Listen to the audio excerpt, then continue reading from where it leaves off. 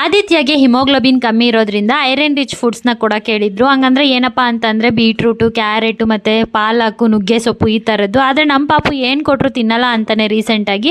ಹಾಗಾಗಿ ಅವನಿಗೆ ಚಪಾತಿ ಅಂದರೆ ತುಂಬ ಇಷ್ಟ. ನಾನು ಬೀಟ್ರೂಟ್ನ ಅದ್ರ ಜೊತೆ ಮಿಕ್ಸ್ ಮಾಡಿ ಕೊಡೋಣ ಅಂತ ಹೇಳಿಬಿಟ್ಟು ನಾನು ಈ ಥರ ಚಪಾತಿ ಜೊತೆಗೆ, ಅಂದರೆ ಚಪಾತಿ ಹಸಿಟ್ಟು ಜೊತೆಗೆ ಬೀಟ್ರೂಟ್ನ ಮಿಕ್ಸಿ ಮಾಡಿಕೊಂಡು ಈ ಥರ ಹಸಿಟ್ಟನ್ನ ಕಲಿಸ್ಕೊತಾ ಇದ್ದೀನಿ. ತುಂಬಾ ಈಸಿ. ಈ ಥರ ಮಾಡ್ಕೊಡೋದ್ರಿಂದ ಕಲರ್ಫುಲ್ ಆಗಿರುತ್ತೆ. ಮಕ್ಕಳು ಕೂಡ ತುಂಬಾ ಇಷ್ಟಪಟ್ಟು ತಿನ್ನೋದಕ್ಕೆ ಟ್ರೈ ಮಾಡ್ತಾರೆ.